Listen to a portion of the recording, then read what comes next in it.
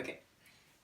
Hello, my name is Raphael Cook, and I'm going to be presenting today on the Space Rover for my DT project, the robot that works to explore what is beyond planet Earth. So, just a little overview of what I'm going to be going through. I'm going to be going into an intro. In the intro, I'll talk about what does it do and how does it do this effectively. Then some positives and negatives of the space rovers and just space exploration in general, and then going through the different points of access FM, and then finally just a little bit how good do we think this product is, and a little conclusion about that. Okay, so first of all, an introduction. So space rovers, ever since the moon landing in 1969, humans have been looking to think what their next objective would be. And so, their next objective since then has been Mars. Getting to Mars, as it's the nearest planet to us. And in addition to this, it has an atmosphere. And if we were to land there, there is the potential that humans could eventually live there in a very long time. But it could happen.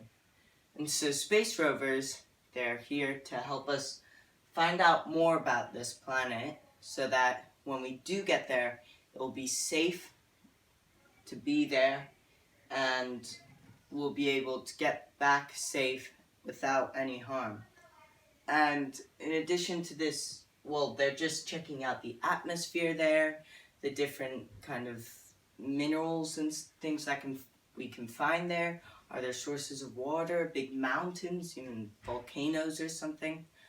And just finding out about the new things around planet Mars. Now, about the space rover, what it does, well, I just explained that. It's used to explore Mars. But actually also, in addition to this, the rover initially was used, the lunar rover was used in the 1969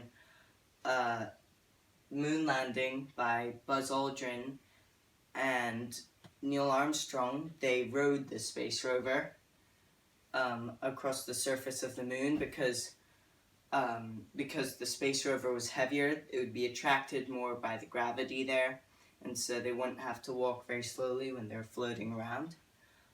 So it's very helpful then, but now it's mostly just used for the exploration of Mars and possibly even different planets after that. How does it do this?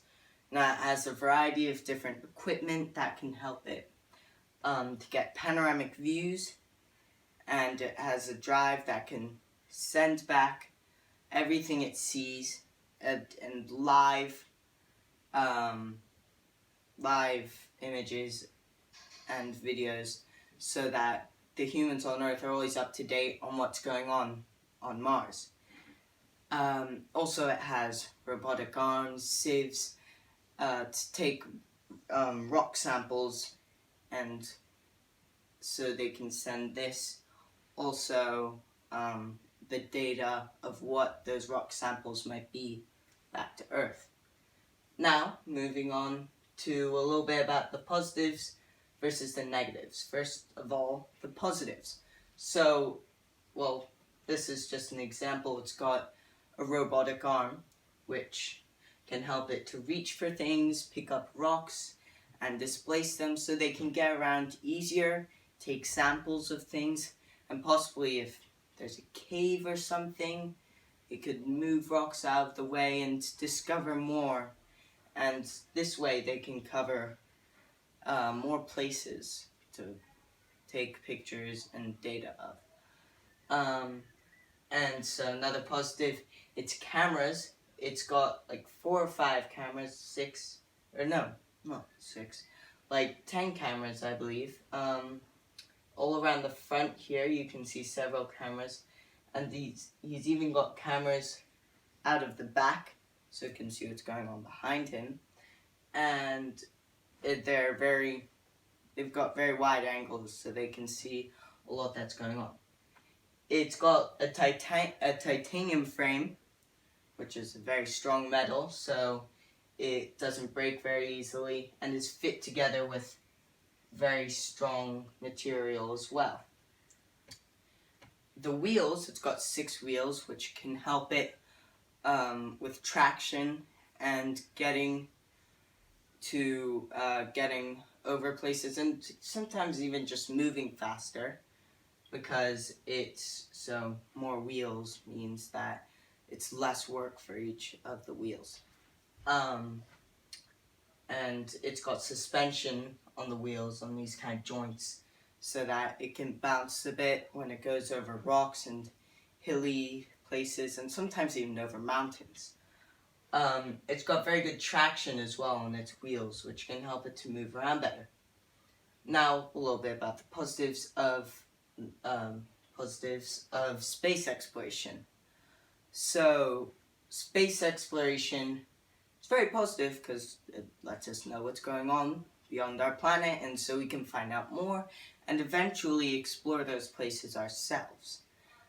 Now, sometimes it can be a little bad because it can be very expensive, but in the end, it's all for a very good cause.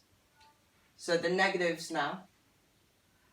This is a computer image of a rover. It isn't very accurate. But sometimes if a rover were to break, like the rover Spirit, which was sent to Mars, but then it got destroyed, I believe, they couldn't fix it because it's away on Mars. So what you would have to do then is either just leave it or send another rover to replace it. That way they could replace it and still get the same data that they would usually receive from that space rover, which was called Spirit. Before I move on, actually, I want to talk about the different space rovers because it's quite interesting because they have different names. They named them. The ones on Mars right now are called Curiosity, Opportunity, Spirit was destroyed, and Sojourner.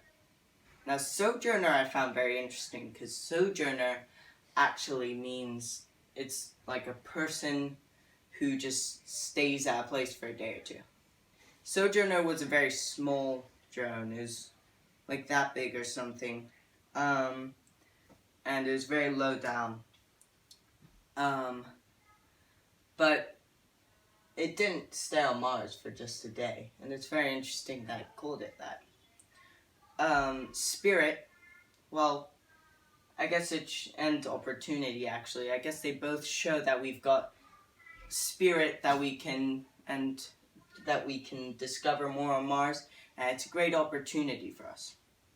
Finally, Curiosity, it shows that us humans, well, we're just curious to find out more, and that curiosity has turned from our minds into a physical space rover that is now curious to find out what's going on. Okay, that went a little off topic. Back to the negatives. So I was actually interviewing my little brother earlier this week, and I asked him if there's anything that could be improved that he thought about the space rover. I interviewed him because he's 9 years old, and I thought he would be a little clueless about the topic, so it'd be good to get the opinion of somebody who doesn't really know anything about it.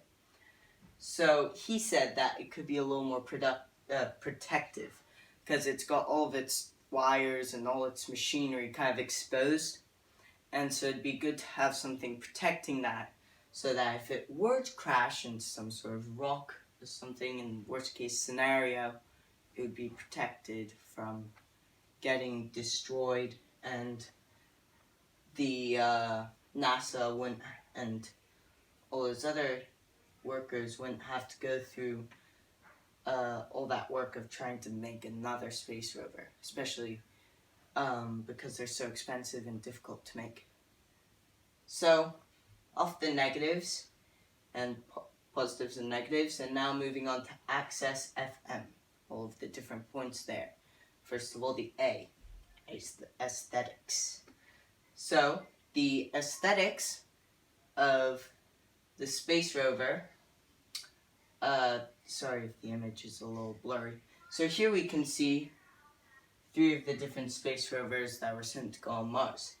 This here is Curiosity. You can see it's quite big, like the size of a car, a small car though. And then here we can see, I believe that's Opportunity, which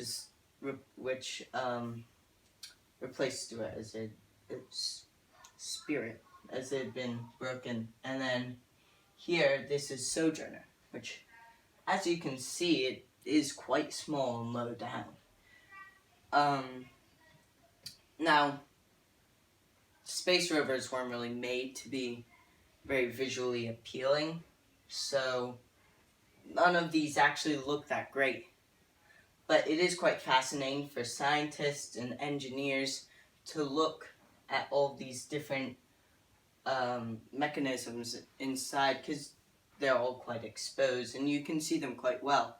And here, actually, the Opportunity, you can see it has like wings, which these are actually solar cells, because they run on solar energy. So yeah.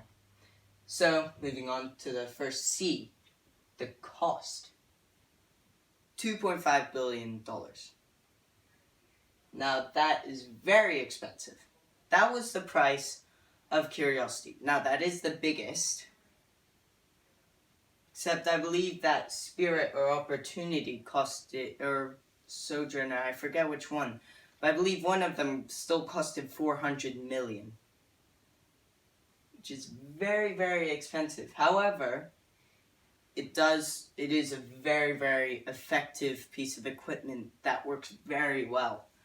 And I think the cost is actually quite good for what it does. 2.5 billion, it might seem like a lot as a number, but for the product that it's selling, that's a very good price. Moving on to the second C, customers. So, obviously, NASA. They're obviously the biggest company that is going through space exploration. Except there's some smaller companies that are trying to buy some things. I move on to becoming something like NASA that can send rovers into space and do things like that, such as SpaceX. SpaceX is a much smaller, it's still a very big company, but it's smaller than NASA, and it's still trying to find some rovers that it can send into space so that it can also help with the space exploration process. Going on to not the first E, the only E. Alright, so the environment. Here's a picture of Mars that I believe this Curiosity took. It's like a selfie because its robotic arm took it.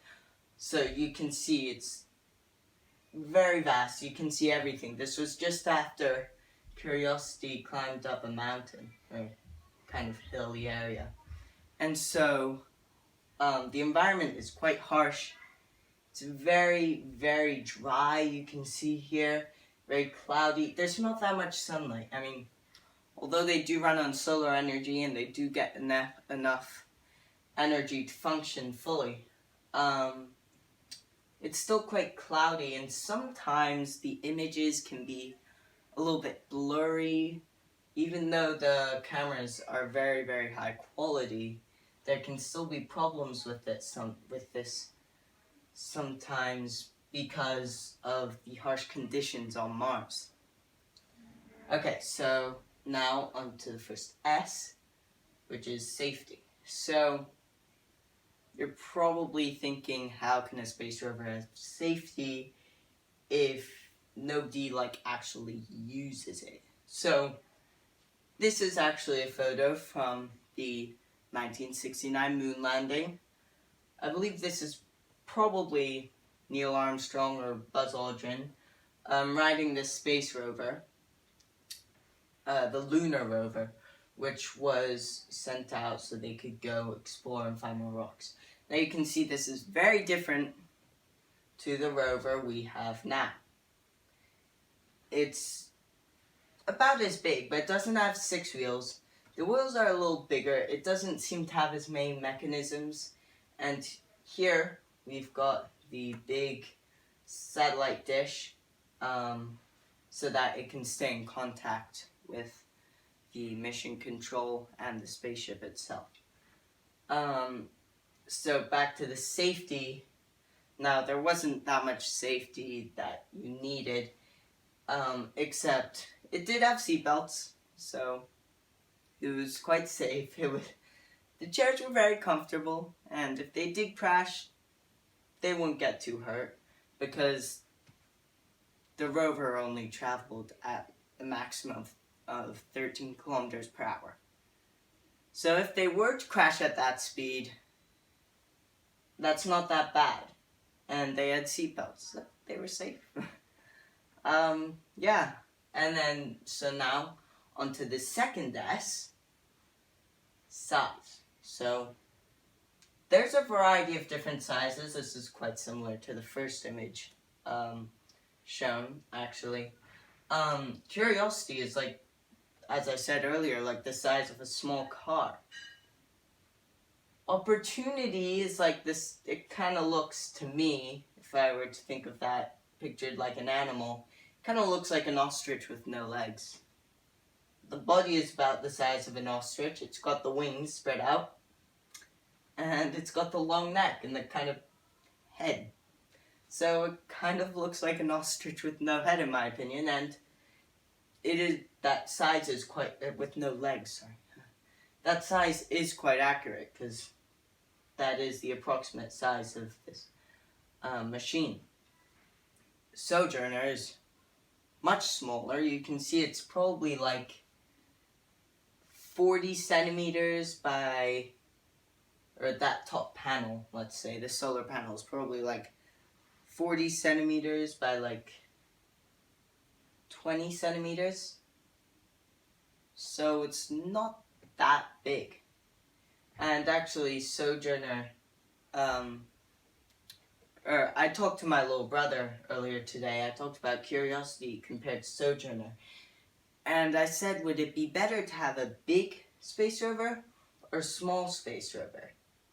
And I asked him this, like before I said he was quite clueless about this, but also he was also a little clueless about the kind of traction and the effect of how big wheels would work better going over rocky ground than little wheels. So Sojourner wouldn't be able to, well, first of all, it's very slow. So it can't travel nearly as fast and can't cover nearly as much ground as Curiosity can. Curiosity can cover a lot more ground and travel a lot faster thanks to its very good traction, its big wheels, and yeah, this very small wheels and very low traction. And in the end I asked him, and he said so. He thinks that a small rover would be able to get into smaller places, like if there's some sort of cave or something like that. And so I said, yeah, that's great, except it's not going to be that useful in the end, because, well, it doesn't have the big robotic arm either, and so the size, it wouldn't actually have that much of a difference.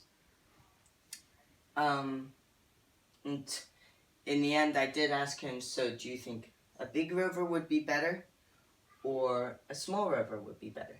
He said they were about equal, and it's good to have a large variety of different rovers that they could send to Mars, so that they had different rovers that could go into different places at different speeds.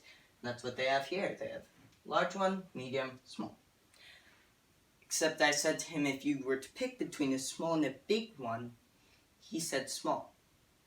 And I was quite interested with this opinion, because, like I said before, he thought that this would be able to discover more than this, which was probably incorrect. Because it's much bigger, it can cover more ground. This is small and doesn't cover that much ground. So now the F, function. So here we just have some of the different functions. This is opportunity here, and we have the diagram of all the different pieces of machinery that can work. So here, as I said before, it has various different cameras. Panoramic cameras, navigation cameras. So the panoramic cameras are for like the big images and things like that. And the navigation cameras are more so that, well, navigation, it's quite obvious. It's so it knows where to go and it can see where it's going. And they're a little smaller than the panoramic cameras. You can see that here. You can see that one's small and that one's quite big. And as I said before, they also have cameras in the rear. The rear has cams and the front has cams, which, although they're not visible, they do a very big job. Because this one is used to look down more, so it can see the ground and see the different terrain, and if there's anything maybe interesting there. And the rear has cams. It can also look down, but it can look up as well, so it can look what if they might have missed something behind them, even though that's not very likely. And here they have lots of different antennas. So they need lots of different antennas so that they can still stay in contact with Earth very easily. Because if they lose touch of the mission control rooms, then they can't get their information anymore, and this rover is just left on its own. Here, the robotic arm. So, as I said before, used to pick up rocks and things, and it has various different instruments. So it does have a camera on it, as I said before. So, I mean, it's mostly so it can take closer pictures of maybe a rock down there, but it can also be used for a selfie. And yeah, so here you can see the arm can also, and it's fixed very well, so it can bend and extend very easily, and so it can extend when it needs it and then bend back when it's not in function.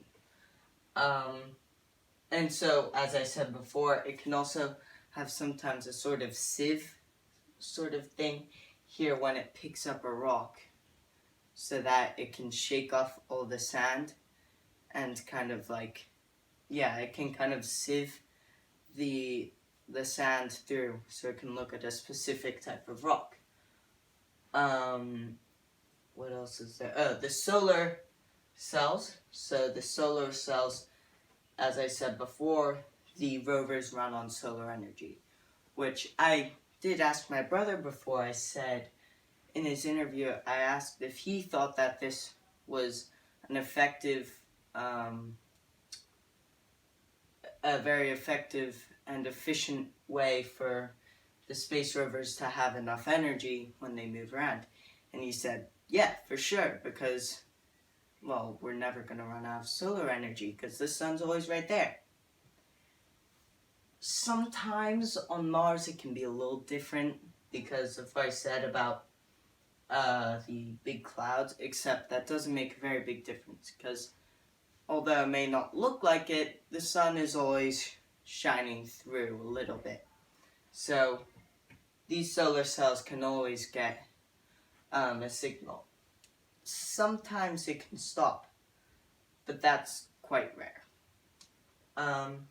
And now, onto the final point of Access FM, the materials. So here we can see in a lab at NASA, they are building the space rover. This is Curiosity, I believe, when it was getting built. It may be Curiosity or maybe a new rover that they're building that looks quite similar. I'm not completely positive.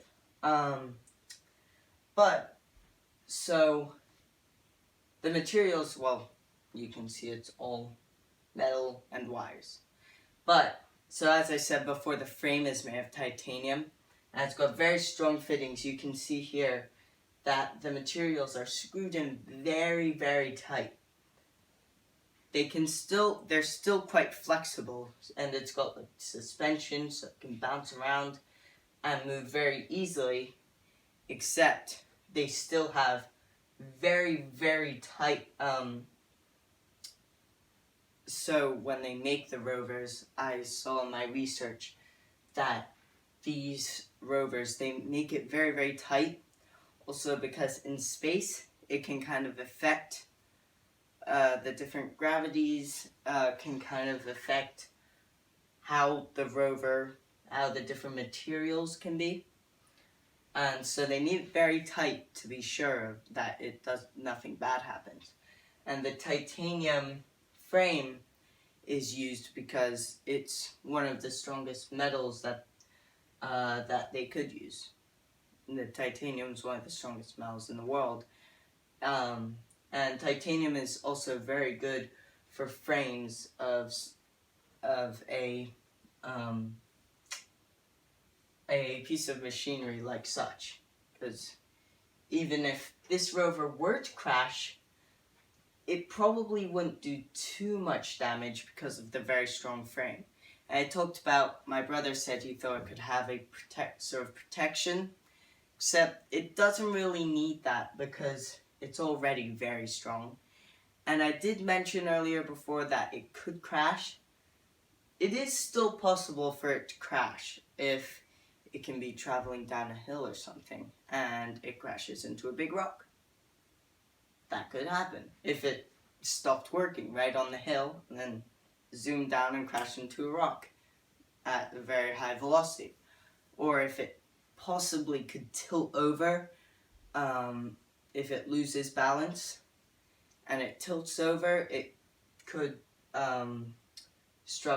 would struggle to get back up, and the rover never really gets destroyed, but sometimes it can just stop working. So that's the end of Access FM. And finally, so how good is this product?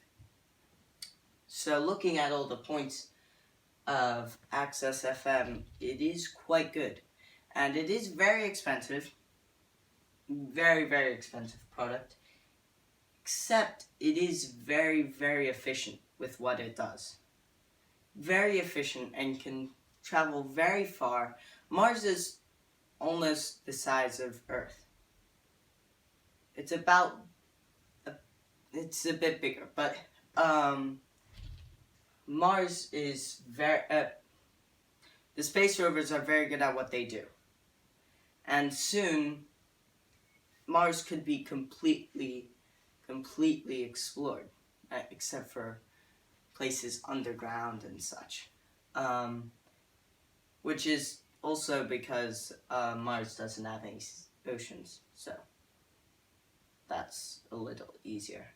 But if Mars does finally get explored, and the space rovers are working at the same rate that they're working at right now, they will be able to, we will be able to possibly land on Mars with the right rockets and the right supplies and resources, except ignoring all of that and just looking at the information, if we'd be able to be sure that it's safe to go on Mars from these space rovers, we'd be able to say yes. In some time, these rovers will be able to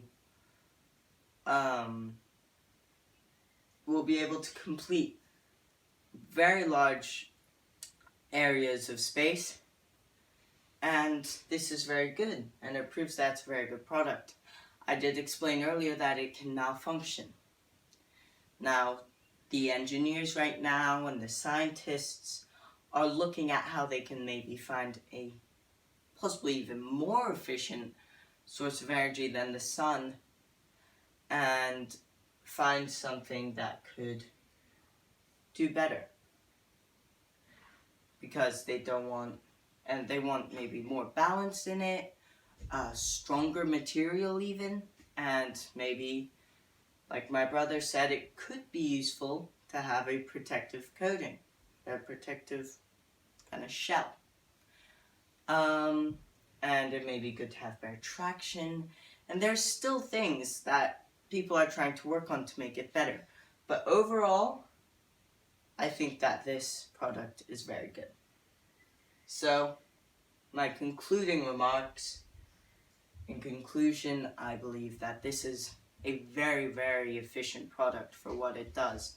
And going through all the different points of Access FM, it's done very well on all of those different points. Aesthetics, it's fine. It doesn't even need that. Cost, for what it does, the cost is very good. The price is good. Customers, it doesn't have that many customers, and they're kind of like homemade by the companies, except still it's got some customers if some companies buy it from different engineers. And then also E, so the environment is very good. It works very well in its environment. S, safety. If we were to reach Mars and we were to use another rover as a source of transport, I'm sure it'd be safe. Especially since Mars has a very similar gravity to Earth. And, well, yeah, and then the other S,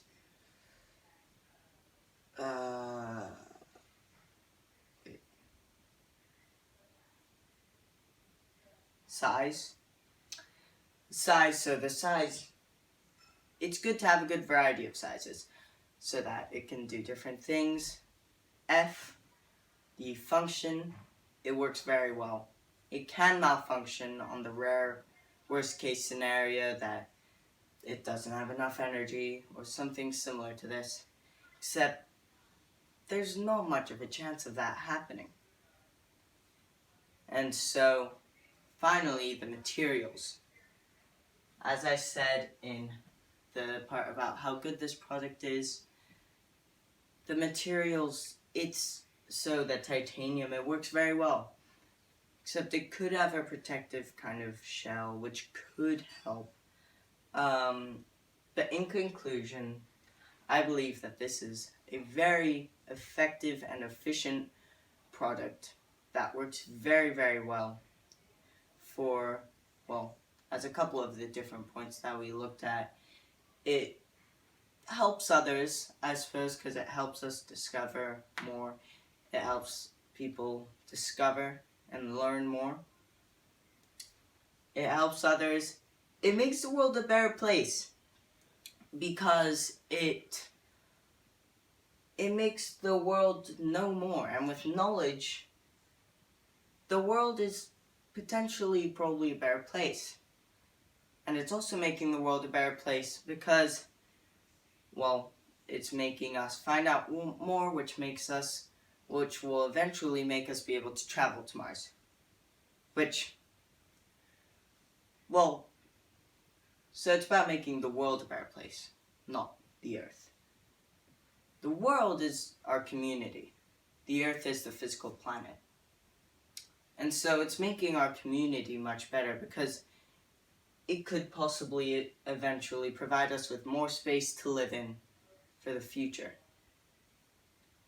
And it can also be used as a source of transport, as I showed with the lunar rover, and possibly in the future when we land on Mars. So,